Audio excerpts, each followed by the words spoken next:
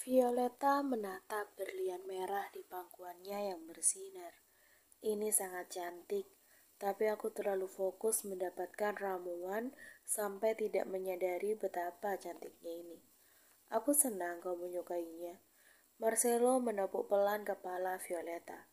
Tapi kenapa kau membiarkan orang lain mendapatkan ramuan itu? Menawar lebih dari 40 juta dolar untuk hal aneh? Kurasa itu berlebihan. Kau sendiri, kenapa tidak menawarnya? Bisa saja itu berguna nantinya. Hanya tidak tertarik. Memakai ramuan atau racun bukan tipeku. Kecuali aku sedang mood. Violeta agak ragu. Pemenangnya Dominic Toretto. Ya, aku tahu. Kenapa kau santai sekali? Marcelo menatap Violeta yang tidak terlihat panik. Kau sendiri kenapa santai sekali? Ya, aku pikir Dominic tidak akan macam-macam dengan benda itu. Kenapa berpikir begitu? Entahlah. Marcelo menatap lurus ke depan. Pikiranku sama sepertimu. Dominic tidak akan membuat macam-macam dengan itu. Lalu, untuk apa dia mengeluarkan 40 juta dolar hanya untuk ramuan cinta yang tidak digunakan? Kurasa dia memiliki rencana lain.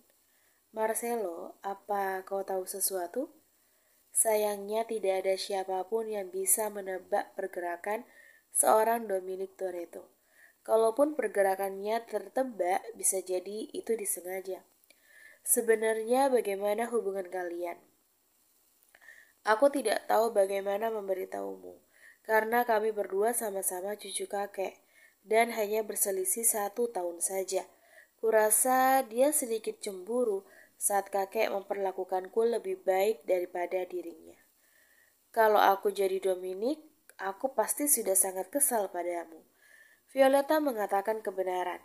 Memang siapa yang tidak akan iri dan cemburu saat saudara kalian lebih disayangi di saat kalian mendapatkan perlakuan yang tidak adil. Tapi aku tidak pernah membenci Dominic. Kenapa? Kami sama-sama terkurung di mansion, jadi kami sering menghabiskan banyak waktu bersama. Walau nantinya Felix akan marah kalau tahu aku dekat-dekat dengan putranya. Violeta menyandarkan kepalanya di bahu Marcelo. Aku rasa Dominic juga tidak membencimu. Entahlah, aku tidak mau memikirkan itu lagi. Aku ingin fokus dengan masalah kita sekarang. Kita punya masalah. Tunggu, apa kau tahu kalau aku yang menghabiskan kue di ruang kerjamu? Kau marah karena itu? Oh, jadi kau yang memakan kue itu ya? Kupikir pelayan yang kelaparan mencurinya diam-diam. Mengetahui dirinya telah menyebutkan rahasianya sendiri, Violeta jadi malu. Wah, sialan. Bagaimana jika kita mampir ke toko kue dulu? Violeta masih malu. Kue coklat kering dengan taburan kacang almond dan aroma mentega yang enak. Matteo, kau dengarkan? Tanya Marcelo. Baik, kita akan tiba dalam 10 menit. Balas Matteo. Marcelo memeluk Violeta yang masih bersandar padanya dengan lengan. Ia jadi mengingat seorang wanita yang duduk di sebelahnya tadi. Parfum yang dipakai wanita itu. Aroma khas yang sering dicium oleh Marcelo di masa lalu. Aroma yang membuat Marcelo mual kalau ingat dirinya pernah memohon pada wanita yang memakai parfum untuk tidak meninggalkannya. Dominic, kau bersenang-senang rupanya. Akhirnya kita dapat ramuan ini. Veronica sangat senang karena Dominic memenangkan ramuan cinta itu. Aku bisa mendapatkan Marcelo kembali dengan benda ini, ujar Veronica. Sejak kapan aku mengatakan akan memberikan ramuan ini kepadamu? Tanya Dominic. Apa? Benda ini aku membelinya dengan uangku. Lalu kenapa aku harus memberikannya kepadamu? Ini demi keberhasilan rencana kita. Bukannya kau sendiri yang berniat bekerja sama dengan Aguero? Memang, tapi tetap saja tidak ada alasan untukku memberikan benda ini kepadamu. Dominic memasukkan ramuan ke dalam kotak dan menguncinya. Benda ini akan kugunakan untuk hal lain. Soal merebut hati Marcelo, ya kau harus melakukannya sendiri. Apa? Bagaimana bisa kau? Veronica Williams. Dominic menata Veronica dengan tajam. Sudah kubilang, jangan meninggikan suaramu di depanku, kan? Veronica langsung menundukkan kepalanya. Begitu tiba di penthouse, Dominic masuk lebih dulu. Tidak memperdulikan Veronica yang sedang menahan amarah di belakangnya. Kau bilang kau akan membantuku, lirih Veronica. Memang. Dominic meletakkan kotak berisi ramuan di atas meja. Kau harus bersabar, ini memang tidak mudah. Sampai kapan aku harus bersabar? Aku tidak bisa membiarkan jalan kotor itu tetap di samping Marcelo. Dominic mengambil rokok dan menyalakannya. Dominic Toretto, apa kau mengabaikanku? Dominic mengambil ponselnya yang berdering. Ia mengangkat panggilan yang berasal dari ayahnya itu. Halo ayah, besok datanglah ke Hotel Grand Red sebagai perwakilan Toretto. Oh, sudah saatnya ya. Baiklah. Dominic menatap layar ponsel yang menunjukkan lama percakapan mereka. Dia mematikan telepon dengan cepat. Dasar orang tua itu. Apa kau akan pergi ke suatu tempat? Tanya Veronica. Iya. Boleh aku ikut? Tidak. Kenapa? Ini pesta khusus, tamunya hanya pria. Jika kau ingin datang ke sana, lebih baik kau berpakaian sebagai pelayan yang menyajikan kue dan minuman. Tunggu, apakah Marcelo akan datang ke sana? Tentu saja, dia adalah perwakilan Aguero. Sebenarnya aku malas datang, tapi ayahku yang meminta. Kau akan menginap? Iya, pestanya sampai jam 2 pagi. Veronica tersenyum. Kalau Marcelo datang tanpa istrinya, maka aku bisa meluluhkan hatinya dengan ramuan itu di sana. Dominic. Veronica menyentuh lengan Dominic. Bagaimana jika kita minum wine? Ide bagus, aku memang ingin minum. Biar aku aja yang siapkan. Veronica menghentikan Dominic yang hendak berdiri. Baiklah. Veronica pergi ke dapur, yang posisinya membelakangi Dominic. Dia mengambil sebotol wine di laci kecil bagian atas. Lalu diam-diam mengambil tabung berisi butiran obat berwarna putih di sela-sela botol wine lainnya. Sekali lihat saja, Veronica sudah tahu apa benda itu. Veronica mengambil 2 gelas, menuangkan wine. Salah satunya ia masukkan 2 butir obat tidur yang langsung larut dalam wine. Ini dia. Kau langsung menuangnya. Dominic menerima gelas yang diberikan Veronica. Anggap aja hari ini aku sedang berbaik hati dan untuk merayakan keberhasilanmu menawar ramuan itu.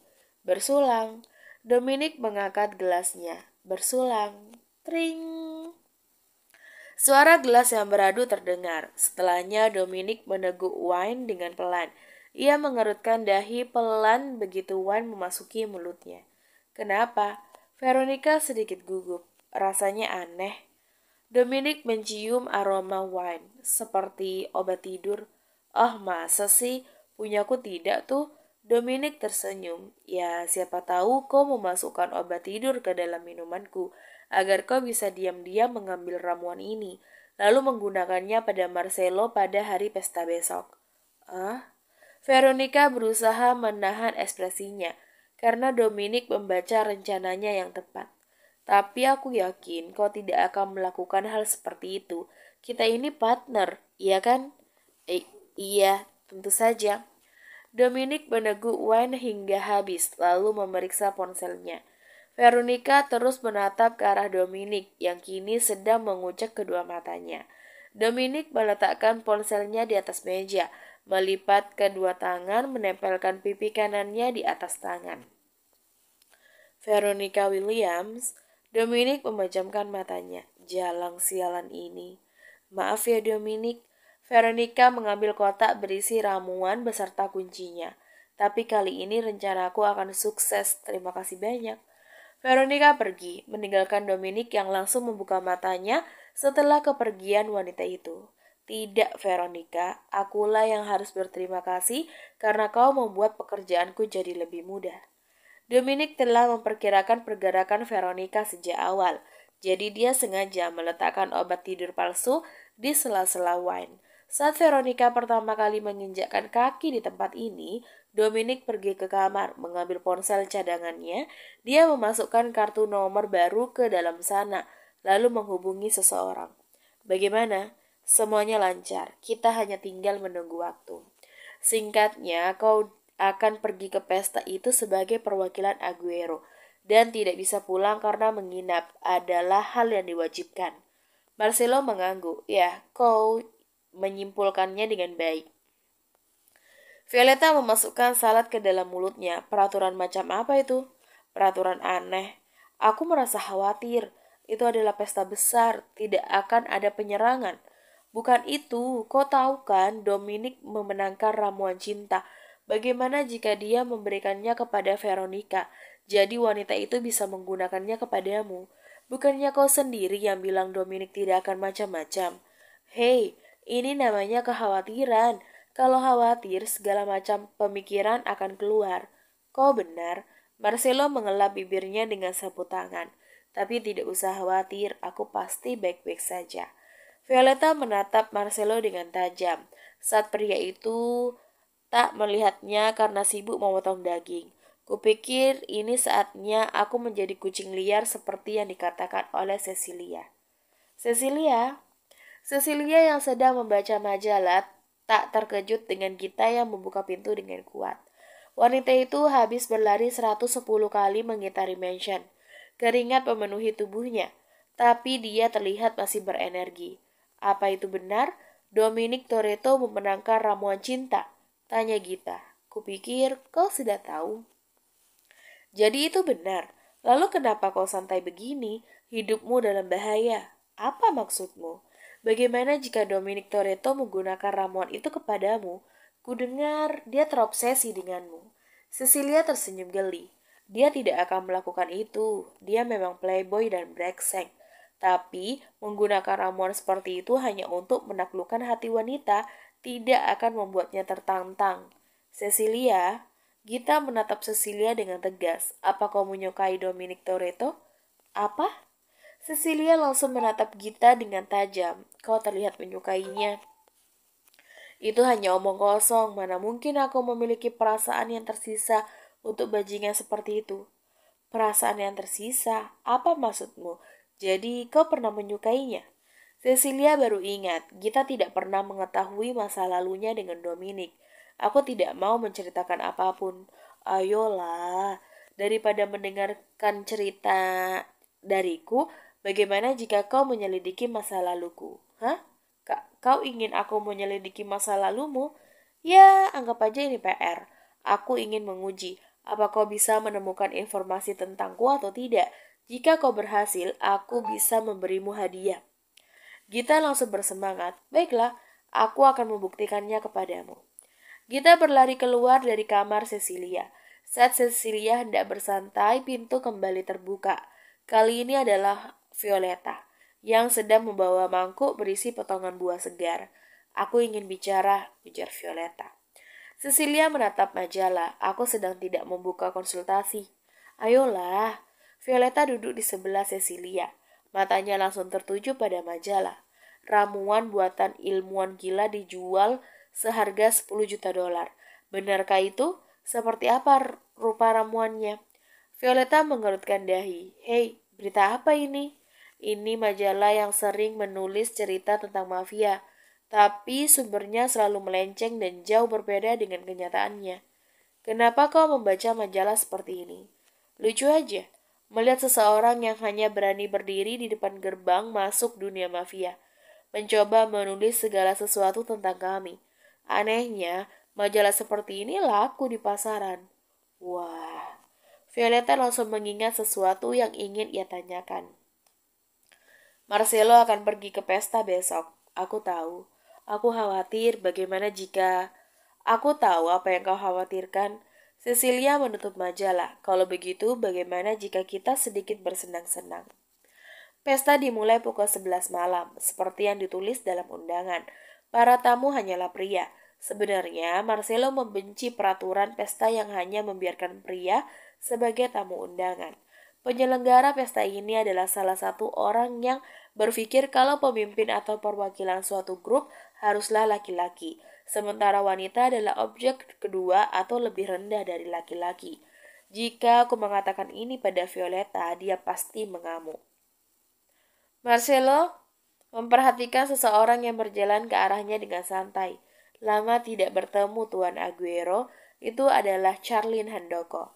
Kau pandai berbahasa basi ya, padahal baru kemarin aku menerobos masuk ke markas utama Aguero. Charlene menepuk bahu Aguero. Hanya saja aku sudah merindukanmu lagi. Kata-katamu bisa membuat seseorang salah paham. Haha, baiklah, sebenarnya ini soal putriku. Dia ingin mengundangmu dan istrimu untuk merayakan ulang tahun cucuku yang ke-7 tahun. Aku akan mengatakannya kepada istriku. Pastikan kau bisa datang ya. Charlene tertawa, lalu melirik seseorang yang mendekati mereka. Kau juga bisa datang, Tuan Muda Toretto. Dominic tersenyum. Tuan Handoko, tolong singkirkan kata muda itu. Umurku akan mencapai 30 tahun dalam waktu dekat. Hahaha, habisnya kau terlihat sangat muda, seperti seseorang yang berumur 22 tahun. Memang iya, keturunan campuran begitu awet muda, ujar Charlene. Terima kasih pujiannya Tuan Handoko. Sebaliknya, kau semakin tua ya. Hahaha, anak ini. Tentu saja aku semakin tua sekarang. Charlene menepuk bahu Dominic sambil tertawa dengan kedua mata yang menatap tajam. Baiklah, aku harus menyapa tamu lain. Sebaiknya kalian lakukan reuni keluarga dulu. Dia tidak berubah, masih bersemangat seperti dulu.